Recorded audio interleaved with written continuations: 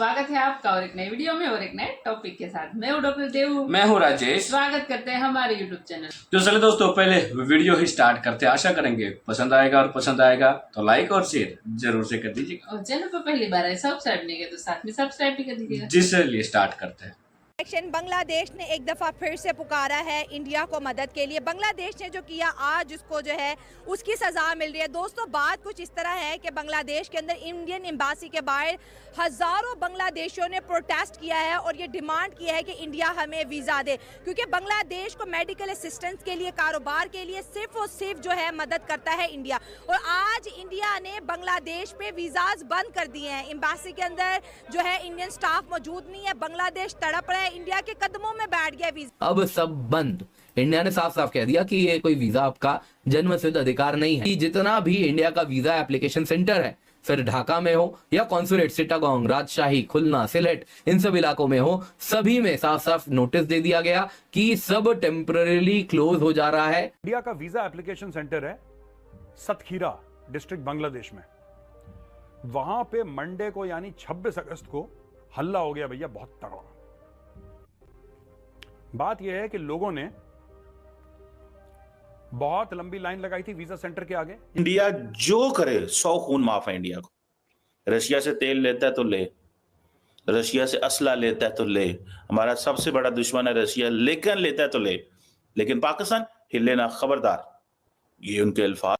दोस्तों, बांग्लादेश के युवाओं की बहुत बड़ी दुविधा है। वो बुरे शब्द भी भारत के लिए कहना चाहते हैं, एंटी इंडिया स्लोगन्स भी लगाते हैं, लेकिन बड़ी तादाद में इनको आना भी भारत ही होता है। मकासद के लिए आप किसी भी कौम या मजहब को आप उसके आड़े लेके आए और अपने मकासद हासिल करें। बांग्लादेश को भुगतनी पड़ेगी जो उन्होंने इंडिया के साथ बिगाड़ी है। आप भुगतना तो बड़ा छोटा सा अल्फाज है। बेड़ा गर्क इन्होंने अपना कर लिए है। बेड़ा जैसे हमने ट्रेड कैंसिल करके बेड़ा गर्क किया था, फिर वही 50 वाले टमाटर हमने 500 के लिए थे। देखें, वो ट्रेड वो हमारा नहीं है सीन, वो हमारा नहीं है मसला। वो देखें, वो किसी और मुल्क में बैठा, किसी और मुल्क का था, हमारे मुल्क का नहीं था। वो रह रहा था। जैसे हसीना वाजिद गई है वहाँ, वो बंगालियों की आज भी है, वो कल भी है, जब मरेगी भी हसीना वाजिद तो यही होगा बांग्लादेश की है। हर महाज पर जो, जैसे मैंने कहा, इंटरनल और एक्सटर्नल जो है इस वक्त कंप्लीट फेलियर नज़र आ रहा है, जिसमें कोई भी चीज़ जो है उसमें एक के बाद एक नाकामी आपको का मुंह देखना पड़ा है आपको। बहादुरी और बेवकूफ़ी में ज़मीन आसमान का फ़र्क था।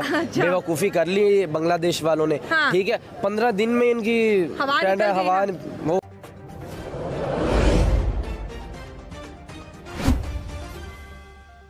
की जो अवाम है ना, उनको जो है ना तरक्की और खुशहाली वो रास नहीं आई। अच्छा, इस वजह से उन्होंने कहा कि हम भी जो है ना पाकिस्तान के साथ मिल जाते हैं, पाकिस्तान की तरह हो जाते हैं। उस तरह हो जाते हैं, उनके साथ मिल जाते हैं। जैसे वो बद खुशहाली बद खाली का शिकार है ना, हम भी टेस्ट करेंगे क्या टेस्ट आता है इसमें। ठीक है, वरना हम तो यहाँ पे एग्जांपल दे रहे थे कि जी बांग्लादेश आगे चला गया, बांग्लादेश की करेंसी। पाकिस्तान के जो जितने वो सनतकार हैं, मिलों वाले हैं, वो सारे बांग्लादेश चले गए। ठीक है, टेक्सटाइल हाउस सब कुछ उधर चला गया। ठीक है, तो अब उन्होंने सोचा कि सारे इधर क्यों आ गए हैं, उधर जो टेस्ट था ना वो उधर हम भी जरा देखें क्या होना। ठीक है। अच्छा, अभी खबर ये है कि अब इंडिया से, क्योंकि आपको शायद पता हो कि वो बिजली वगैरह लेते थे और भी बहुत सी हेल्प लेते थे, या बहुत सा उनका आपस में रिलेशन चल रहे थे बेहतर। अब इंडिया का $800 मिलियन अडानी ग्रुप का बांग्लादेश ने देना है बिजली के मद में। क्या कहना चाहेंगे आप कि वो दे पाएंगे, और अगर नहीं दे पाएंगे तो बिजली ऐसे आगे मजीद इंडिया उन्हें प्रोवाइड करेगा?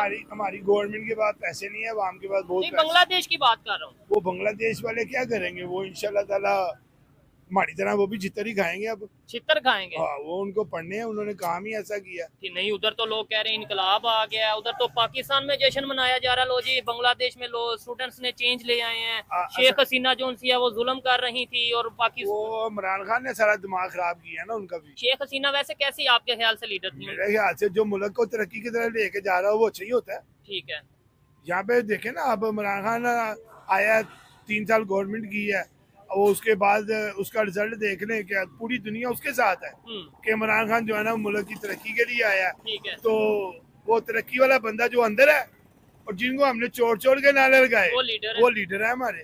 ठीक हो गया। तो अब देख रहे हैं हम कौन सा कानून चल रहा है। ये बिजली की कीमतें कम होंगी पाकिस्तान में, और कैसे होंगी? डैम बनने से होंगी या हमारे गवर्नमेंट अच्छी होगी तो होंगी? ये असल में हमारी गवर्नमेंट में जो वजीर है ना, ठीक है, वो ग्रेजुएट हैं, वो तलीम याफ्ता हैं, बहुत पढ़े लिखे हैं, ठीक है। यानी इतने पढ़े लिखे हैं उनको खुद भूल गया हमने क्या पढ़ा है। अच्छा हाँ, उनको खुद इतने भूल पढ़े गया। लिखे हमारे पॉलिटिशियन के उन्हें पता ही नहीं कि कितने हमारे पढ़े। पाकिस्तान में आप यहाँ पे एक रेडी वाले को पकड़े, ठीक है। वो बिजली की इतनी अच्छी आपको जो है ना वो बताएगा कि यहाँ से बिजली पैदा हो सकती है, ठीक है, यहाँ से ये हो सकता है, उसको पता है रेडी वाले को। और जो हमारे हुक्मरान है, इतने बड़े लीडर हैं, वो इतने पढ़े लिखे हैं कि उनको पता ही नहीं कि हमको क्या करना चाहिए। ये 9 रुपए का यूनिट लेके हमें 70 रुपए का देते हैं वापस, ठीक है। और लोग पागल हो गए हैं, 30-30 लाख रुपए का वो ऊपर लगा के सोलर। बहादुरी और बेवकूफ़ी में ज़मीन आसमान का फ़र्क था। बेवकूफ़ी कर ली बांग्लादेश वालों ने, हाँ। ठीक है। 15 दिन में इनकी हवा वो हो गई इनकी। हाँ। देखें, उन्होंने एहतजाज किया था, उनको करना चाहिए था कि अपने मुल्क की हद तक रखें। वो किसी की भी एम्बेसी, किसी मुल्क भी एम्बेसी में जाके उनको ये हरकत नहीं करनी चाहिए थी। हाँ। पहले तो उन्होंने बहुत बेवकूफ़ी दिखाई, इंडिया वालों से उन्होंने पंगा ले लिया, ठीक है। वो अपने मुल्क में जैसे एहतजाज कर रहे थे, वो जो भी था उनका वो राइट था, वो कर रहे थे। इंडिया को इन्वॉल्व नहीं करना चाहिए, इंडिया को नहीं, किसी मुल्क को भी इन्वॉल्व नहीं करना चाहिए था। ये मैं जस्ट पर्सन इंडिया की नहीं बात कर रहा, किसी मुल्क की भी एम्बेसी के साथ आपको ताल्लुक नहीं बिगाड़ने चाहिए, क्योंकि ये बिल्कुल एक गरीब सा मुल्क है। कोई इतना तगड़ा मुल्क नहीं है कि किसी भी मुल्क को कहेगा ठीक है। इनके देखें, इनका सबसे प्रॉब्लम क्या है, इनका सेहत का निज़ाम ही नहीं है बांग्लादेश तो में। वो अगर आप इंडिया के साथ पंगा लेंगे, आपकी इंडिया के आप जा रहे हैं, आपकी 80% जो इलाज की सहूलत है वो इंडिया के पास है। अब आपने इंडिया से बिगाड़ ली, या तो अपने लोगों को मार दो आप, या इंडिया के पाँव पकड़ लो आप, ठीक है। क्योंकि पाकिस्तान आप आ नहीं सकते, आएंगे तो इंडिया के थ्रू आएंगे। जब इंडिया ने नहीं आपको आने दिया, पाकिस्तान में कैसे? म्यांमार के साथ आपकी ऑलरेडी नहीं बनती, पहले से पाकिस्तान हिंदुस्तान वाला सिस्टम है आपका। तो मेरा ख्याल है इनको माफ़ी मांग लेनी चाहिए, सीधा स्ट्रेट अवे। और इनके इदारों ने ये काम करवा लिया है, और अब वो भी सर पकड़ रहे होंगे, भाई हमने करवा क्या लिया। इनकी जो भी खाने पीने की चीजें वो भी इंडिया से आती हैं, सारा कारोबार इंडिया से है। ओवरऑल इनका जो इनके बारूद असला वगैरह आर्मी का आता है वो भी वहीं से आता है। इनकी बाइक्स, इनकी गाड़ी, इनके पास खुद का है क्या? इंडिया देता है, मेडिकल वीजा भी, मेडिकल वीजा और बहुत सारी सहूलत। और देखिए यही इंडिया दे रहा है इनको, मतलब जीने के लिए सारी चीजें तो इंडिया से मिल रही ना इनको। पहले इन्होंने पाकिस्तान को छोड़ा इंडिया के साथ मिलके, अब इंडिया को छोड़ रहे हैं, क्या म्यांमार के साथ मिलना? वो तो खुद रुल रहा है भाई, आप किसका सहारा ले रहे हैं? और हिंदुओं पे जिस तरह इन्होंने अटैक किए, फिर मोदी साहब ने कहा कि हिंदुओं पे अटैक करना बंद करें, मतलब कि इतना एंटी इंडिया हो गए थे कि खुद के बांग्लादेशी हिंदुओं को मार रहे थे। देखिए वो इस तरह कर लिया ना उन्होंने, अब वो पछताएंगे। वो एक जज्बे में आगे उन्होंने कर लिया, गलत कदम उठा लिया, अब वो पछताएंगे। चीफ फाइनेंशियल ऑफिसर जिनको लगाया गया है और 1 जनवरी 2025 से अपनी ड्यूटी पे जाएंगे, और इनका नाम है जी केवान पारक। जी हाँ, केवान पारक। अब हो सकता है कि नाम की प्रोनाउंसिएशन कुछ और हो, लेकिन एनीवे जो मैं समझ पाई वो उस तरह से मैंने आपको बता दिया। केवान पारक जो है, इनका ताल्लुक भारत से है, और तकरीबन 11 साल से ये मतलब ये इंजीनियर है, और 11 साल से ये एप्पल कंपनी के साथ काम कर रहे हैं। अब जी 1 जनवरी 2025 से इनको चीफ फाइनेंशियल ऑफिसर जो है उसके। थैंक यू दोस्तों, वीडियो को यहाँ तक देखने का।